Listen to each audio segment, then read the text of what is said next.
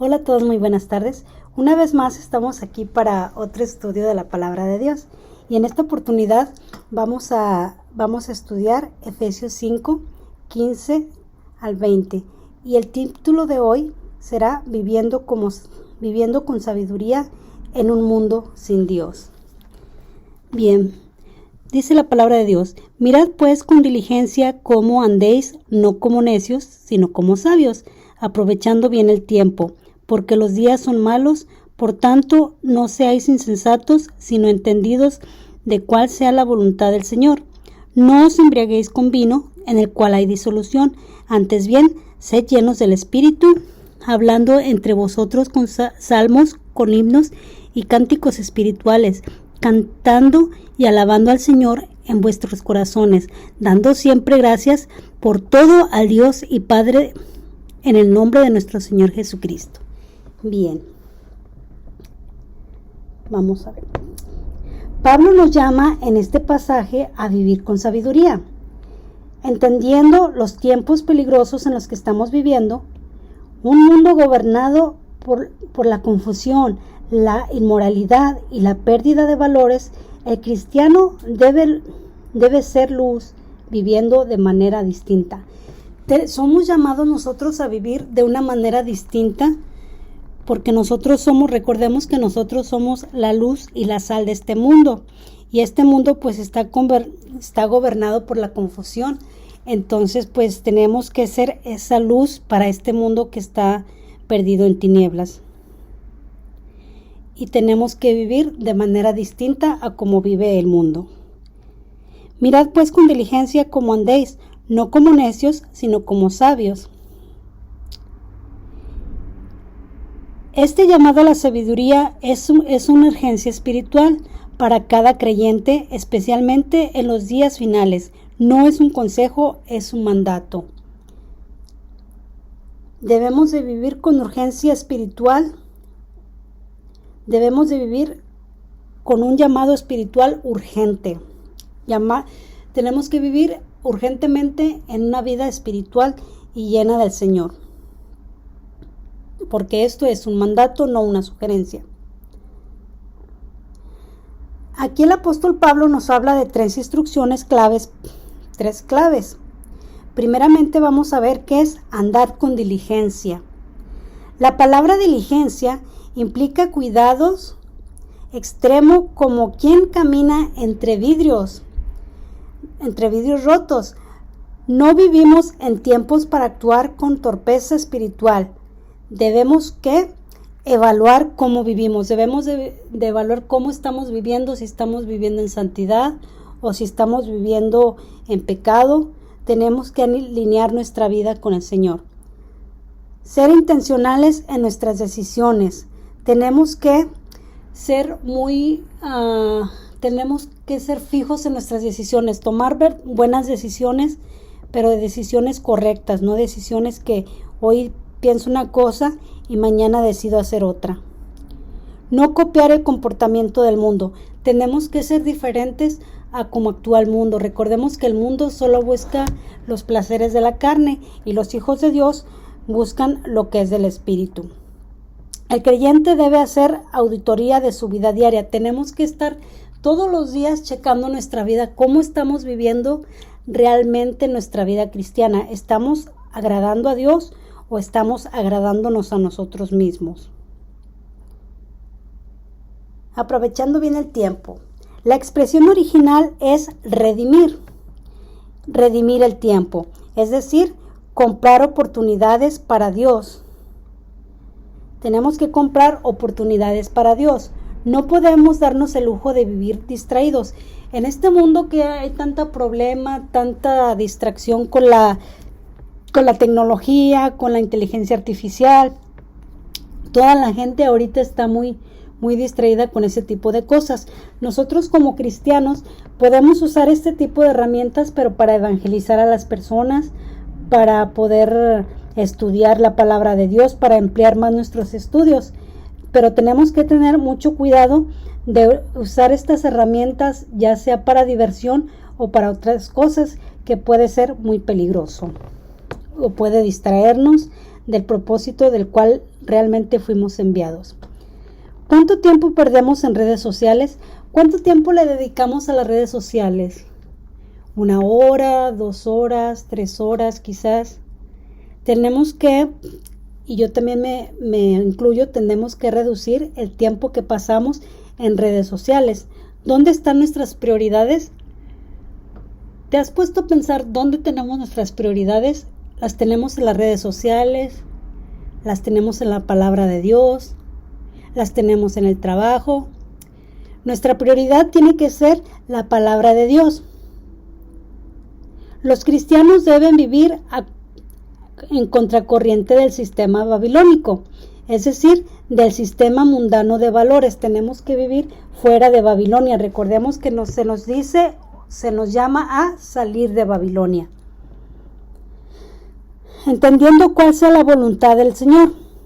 La voluntad de Dios no es un misterio oculto, está revelada en su palabra. Dios quiere que vivamos en santidad, que seamos agradecidos, que vivamos en comunión con el Espíritu Santo. Tenemos que vivir de una forma santa, agradable y perfecta a nuestro Dios, y que seamos siempre agradecidos en todo lo que hacemos y en todo lo que recibamos, porque recordemos que a Dios le agrada que seamos agradecidos. A Dios le agrada que seamos agradecidos. Que vivamos en comunión con el Espíritu Santo. Tenemos que tener un tiempo con comunión con el Espíritu Santo. Recordemos que Él es Dios y que Él anhela que nosotros tengamos esa comunión con Dios, tener esa relación con Él para conocerlo, para saber lo que le agrada. ¿Sí? Bien. Llenura del Espíritu Santo. No os embriaguéis con vino, en lo cual hay disolución. Antes bien, sed llenos del Espíritu. Aquí Pablo nos contrasta dos formas de control. El vino simboliza el control carnal, o sea, los placeres del mundo, los placeres momentáneos, la pérdida del dominio propio. Hay que tener mucho con el dominio propio. Habemos muchas personas que batallamos mucho con esto de lo que es el dominio propio. Tenemos que ser muy cuidadosos. El Espíritu representa el control de Dios en nuestras vidas. El Espíritu Santo es el que controla todas nuestras ansiedades, todas nuestras inquietudes, todas nuestras malas conductas. Él es el que se encarga, o Él representa el control. Él cuida de nosotros, de nuestras vidas. La llenura del Espíritu no es algo opcional. Es el combustible del cristiano. La llenura del Espíritu no es algo opcional, es el control o el combustible de nosotros los cristianos. Y sin ella, la vida cristiana se vuelve religión sin poder. Pregunta: ¿tenemos religión o tenemos relación o poder con Dios? Evidencias de una vida llena del Espíritu. Hablan entre ustedes con salmos e himnos. Nuestra comunión debe edificar, no destruir. Nuestra comunión es edificar a las personas, no destruir a las personas, porque nosotros no somos nadie para juzgar ni para destruir a las personas. Dios nos ha llamado a edificar y no a destruir. Cantan alabanzas al Señor en sus corazones. Una vida espiritual auténtica genera adoración sincera. Tenemos que tener una vida espiritual auténtica con Dios. ¿Para qué? Para poder generar una adoración sincera, sin fingimientos ni hipocresías. Dad gracias en todo. El Espíritu nos lleva a ser agradecidos aún en la dificultad. Aún si nosotros estamos pasando por dificultades, aprendamos a ser agradecidos, porque tenemos la costumbre de que solamente le agradecemos a Dios cuando nos pasan cosas buenas o cuando recibimos algo, pero cuando nos pasa algo malo siempre nos estamos quejando, y por qué Dios me hizo esto, que por qué Dios me hizo pasar por esto. No, tenemos que aprender a ser agradecidos aún en las dificultades. El cristiano lleno del Espíritu es alguien que canta, Da gracias y vive en armonía.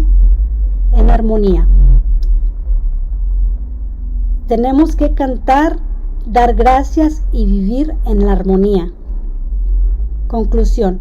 La iglesia necesita creyentes sabios, llenos del Espíritu y con discernimiento. Este pasaje es un llamado urgente para examinemos nuestra vida. Tenemos que examinar nuestra vida, cómo estamos caminando delante de Dios. No tenemos que desperdiciar el tiempo, como les mencioné, en cosas banales, sino aprovechando el tiempo en buscar a Dios y la llenura del Santo Espíritu. Aplicaciones para nuestra vida personal. Pregunta: ¿estoy viviendo con diligencia o por inercia? ¿Estoy usando mi tiempo para glorificar a Dios? ¿Qué controla mi vida? ¿El espíritu o los deseos carnales? Bien, pues no me queda más que decirte, busquemos la presencia de Dios y agrademos a Dios. En estos tiempos difíciles es momento de pedir la dirección de Dios, buscar a Dios de todo corazón. Padre, en el nombre de Jesús, te pedimos que en estos tiempos peligrosos nos cuides, nos protejas, que nos comprometamos con tu Santo Espíritu, contigo, Señor, a vivir una vida santa, recta delante de ti, que dejemos de jugar, que dejemos de distraernos con cosas que en realidad no valen la pena. Te pedimos que nos ayudes, Señor, y que podamos fortalecernos en ti, Señor, en tu voluntad y en tu palabra. Y todo aquel que no ha recibido a Jesucristo, te invito a que hagas esta oración. Padre, en el nombre de Jesús, yo reconozco que soy un pecador y que te he fallado. Sé que yo no puedo hacer nada por mí para salvarme. Yo sé que tú mandaste a tu Hijo Jesucristo a morir por mis pecados en la cruz. Te pido perdón por todos mis pecados, me arrepiento de ellos, quiero vivir una nueva vida. Yo sé que Jesucristo murió y resucitó al tercer día para salvarme. Yo creo en Él, en su sacrificio y en su resurrección. Yo te recibo como mi único Señor y Salvador y te abro la puerta de mi corazón para que entres, reines y tomes el control de mi vida. Yo todo esto te lo pido y te doy gracias en el nombre de Cristo Jesús. Amén. Gracias, Padre, por esta enseñanza, Señor. Te pido por todas aquellas personas que la van a recibir, que la van a escuchar, que sea de bendición para ellos. Ayuda, Padre, que esto sea de bendición para el que lo escuche, Señor. Úsame grandemente, Señor. Te pido que tomes el control de esto, Señor. Y te doy las gracias por todas esas personas que van a recibir tu mensaje. Todo esto lo pido y te doy gracias en el nombre de Jesús. Amén.